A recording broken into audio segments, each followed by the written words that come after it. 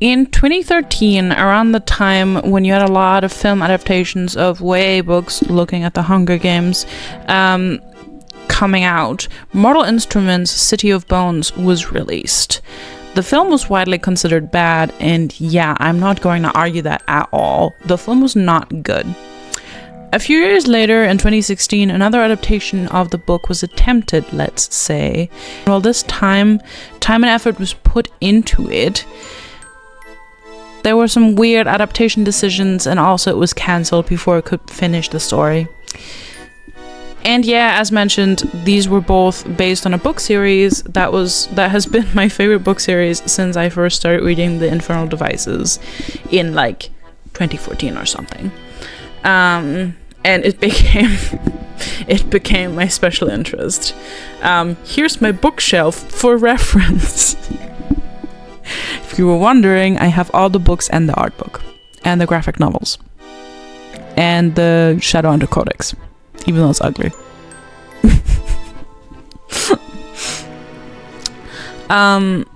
Also, having been one of the first books that included a queer character, mind you, the Infernal Devices are set in 1870s London.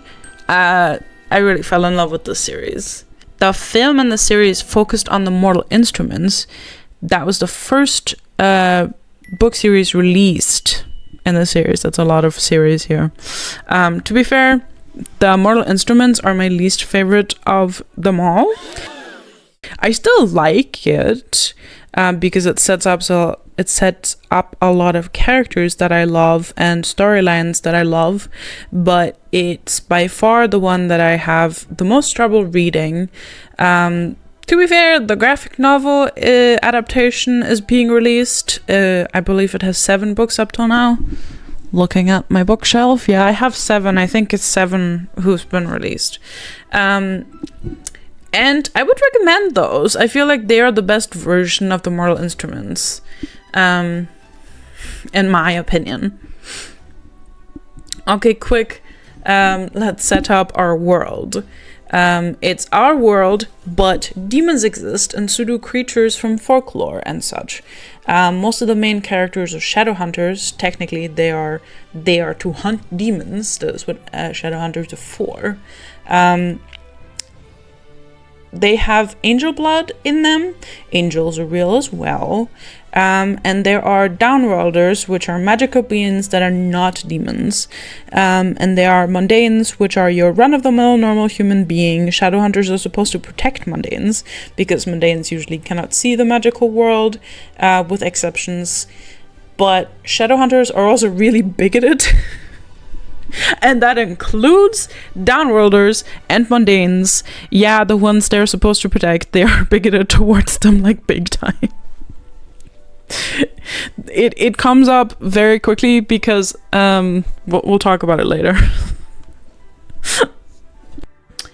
The Mortal Instruments was Cassandra Clare's first book series in the Shadowhunter series. It takes place in contemporary 2007 New York. And at this moment it's the longest series. It has 6 books. All the other series are trilogies. And to be fair, some of those trilogies can get pretty chonky.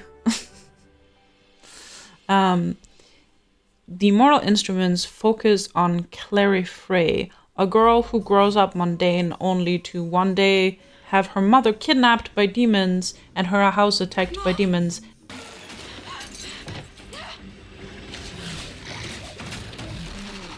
And discovers that she's a Shadowhunter.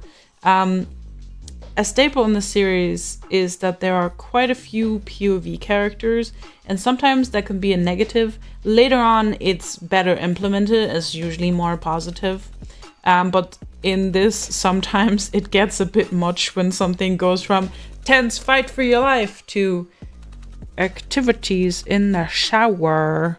I personally think Clary's a much better side character than she's a main character, but that's, as they say, my opinion. That's my opinion! And yeah, Clary has a best friend who's a mundane, Simon Lewis, and the Shadowhunters are pretty bigoted towards him, and they're mean towards him, and I'm just like, but your purpose is literally to protect mundanes. Why are you, like, they think they're above everybody. They think they're better than everybody. Side notes, the books themselves usually have kind of weird names because they take naming conventions and then stick with it. Such as the first book in the Mortal Instrument series is called City of Bones, which does make sense. There is a City of Bones that is pretty crucial to the story, but then every book after in the series is City of something, which eventually feels very forced. I think the only series that I can actually remember which book is which is the Infernal Devices. It starts with Clockwork Angel, then Clockwork Prince, then Clockwork Princess, and I find those very memorable. But most of the specific names become very samey, and I struggle remembering which book is which. And as an example, there's the Last Hours, where it's Chain of Gold, Chain of Iron, Chain of Thorns, and then the covers do not help either. So I always have to look at the small text which says like which book it is, and I have read those books a lot. But okay, there are the Mortal Instruments, which, as we discussed, 6 books, released from 2007 to 2014, which does technically mean that the film came out before the series was done, not that it affected it very much. And these books are set in 2007. In 2010, while Instruments was still releasing, the Infernal Devices were published.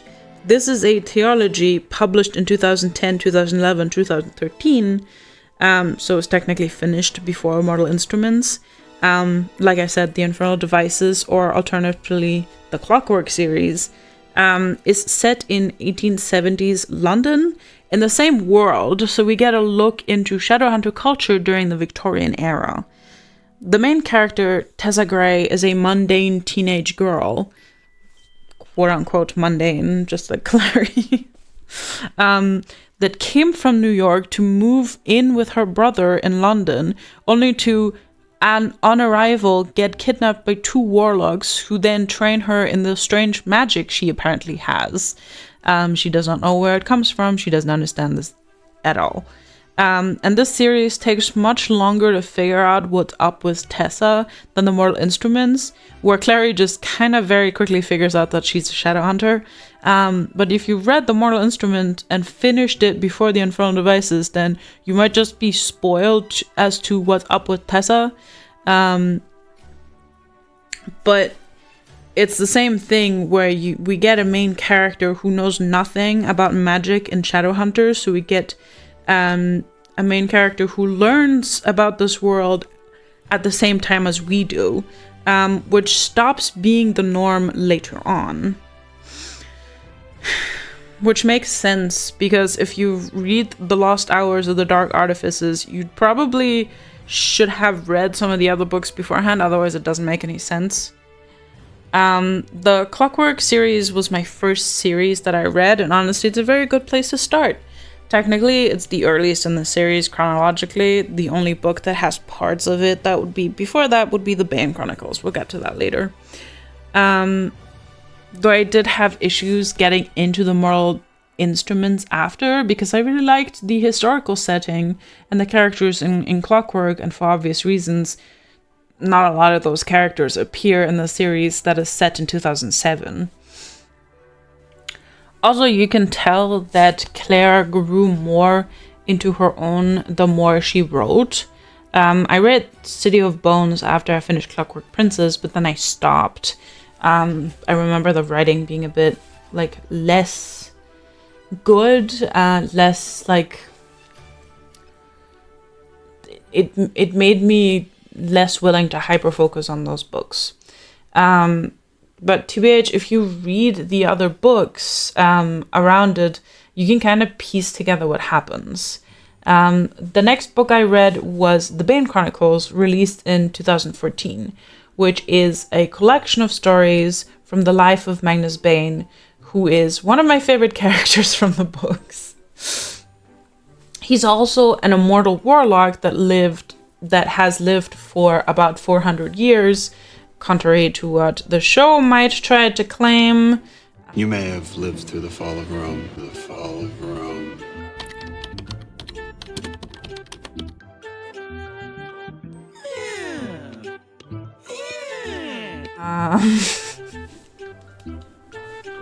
This would make him a little under 1,000 years old, question mark. Also, about the show, I don't want to bash the actors at all. I think that the actors were really well cast, although some of them were a little bit older than in the books. That's not necessarily a bad thing. There's like some focus on them being teenagers because their parents are like, you can't do this. But they do a lot of heroic stuff that's like, I don't think it'd be unrealistic for them to be older.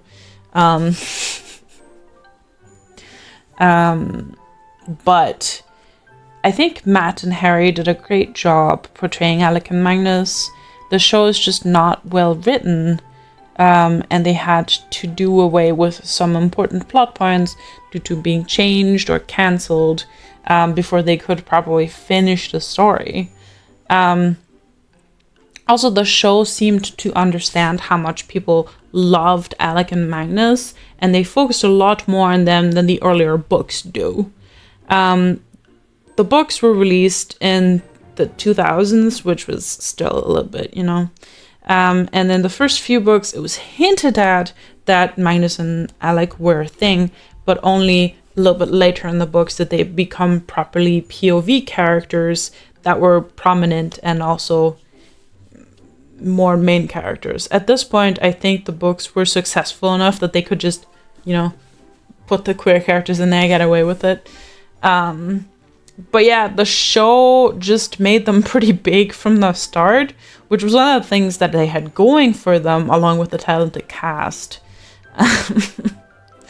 Also, Bane Chronicles was my first dive into listening to these books on audiobook, and in Bane Chronicles, every chapter is read by a different person, and oh, hello, Cecil Baldwin and Gareth David Lloyd! If I had a nickel for every time I found Gareth David Lloyd playing a gay character, I'd have 2 nickels, which isn't a lot, but it's weird that it happened twice. But not for real. But my reaction was, is that Solus narrating my gay kiss scene? And also, Cecil from Welcome to Night Vale, although at this point I hadn't listened to Night Vale yet.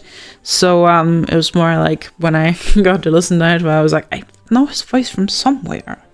To be fair, all the voices do a really great job. The audiobook is very fun. There is actually a few books in the series written in this style. They're very fun to read. They're bite-sized stories. And yeah, Magnus is queer, he's bi. And the book doesn't shy away from that.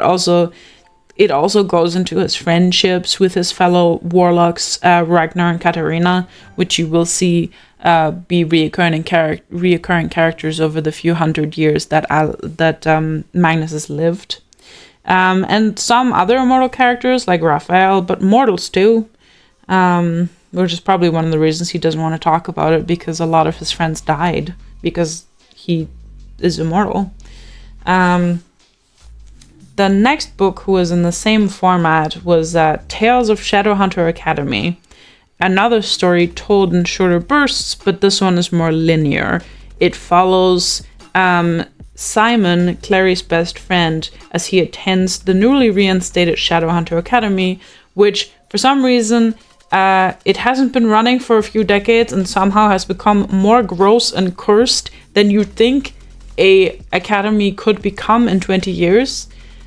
I don't know if they super ultra didn't take care of it, but it's so fallen together you'd think it'd been abandoned for 100 years, but it's just been since Clary's parents were there. So I don't know. But it also goes into stories from other times at the academy, and it bridges the gap of what happens after the Immortal Instruments, because that series ended with several open issues and plot points that were not resolved. And the thing I really like about the Shadowhunter series is that it walks the line between horrible things can happen and we acknowledge that they do, but also good things can happen and all kinds of love and all kinds of people can thrive. It's a bit difficult to go into much detail in an overview video like this, and I have never made something like this before. All I have is a whole lot of books and a whole lot of special interest energy. I actually really like Tales of Shadowhunter Academy. Simon is a very fun main character, although it's also very fun because there's lots of other POV characters. Yeah, there's a whole chapter where Magnus and Alec end up adopting a kid, and it develops several cool characters that are friends to Alec and Magnus, and also their relationship because they had to have a talk before they adopted a child. The Dark Artifices is a trilogy that takes place a few years after Shadowhunter Academy. The books were released in 2016, 2017, 2018, which, by the way, is a crazy release order considering that these 3 books are really huge. It's just every year there's a book. Now, I don't have them in the same format because bookstores are stupid, but here are some comparison with the other series. And here's the word count. It's crazy. The Moral Instruments is 6 books, Dark Artifices are 3, and they are not that far off from the Moral Instruments with double the amount of books. They're really chunky. I remember like my hands hurting because obviously I also have the big versions, but they're big and unruly. They were also the first books that I read on release, while they were releasing. Like I said, it takes place when Clary and co are like in their 20s, and it focuses on the people from the LA Institute, but it really includes a lot more characters than that. And oh, how fun! This book has some magical fascists trying to take over the Shadowhunter government. That's not relatable at all. Big oof. The Shadowhunter series really be pulling no punches when it comes to like showing the bigoted sides of the like Shadowhunters. One of my favorite series that at this point isn't finished yet is The Eldest Curses. First book released in 2019, the second in 2020. This book series focuses on Magnus and Alec and adventures that they got up to between the other book series. Magnus and Alec are the main characters and it doesn't show many other POVs apart from them. I think maybe in the second one there's more, but it focuses mostly on Alec and Magnus. There's not much to say about those books because maybe I should just make a video about them to talk more in depth about them. Because I'm not trying to spoil too much in this video. Another Chronicle style book that was released in 2019 was called Ghosts of the Shadow Market. And this, I think, goes in depth on characters from all different series. It starts around the Edwardian era and it loosely follows Gem through the ages. And stories come from all kinds of times after that. Even from after what happens in the Dark Artifices. This one is not only really well written, but also gives a lot of interesting information and character development.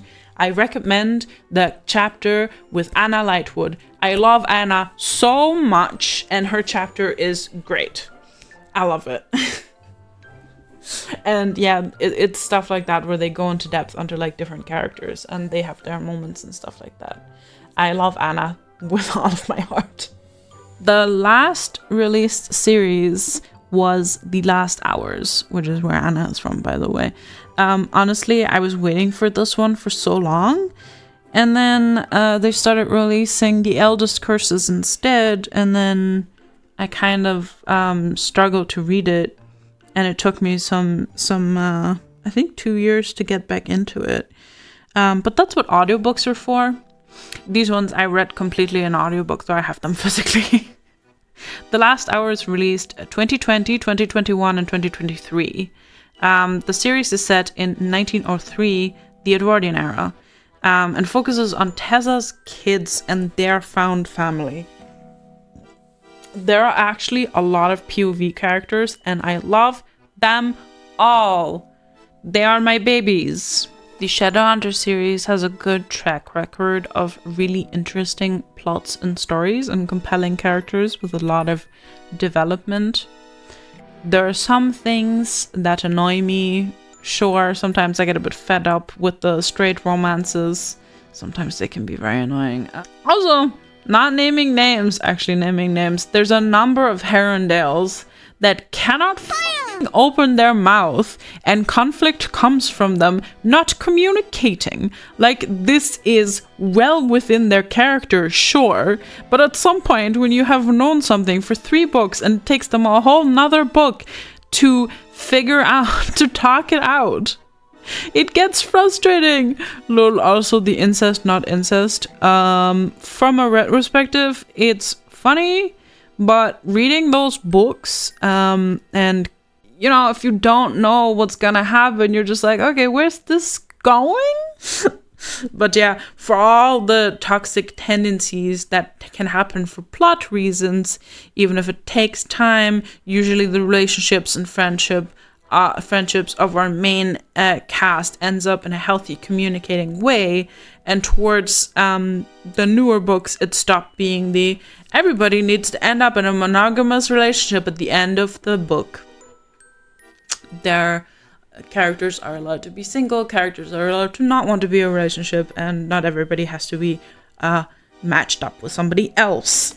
After Magnus and Alec become POV characters, this is when queerness starts becoming more integral, a more integral part of the story and the plot, and the Shadowhunter series in general. And I love the way that it's included. I guess I could make a video about the show, but I think I'd rather talk about the books. So hopefully I can talk more about the books series, make more videos about those. Let me know if you liked me rambling about my favorite books, and comment which Shadowhunter books you like, or which ones you'd like me to talk about first. Thank you so much for watching. It's really fun hanging out. See you later.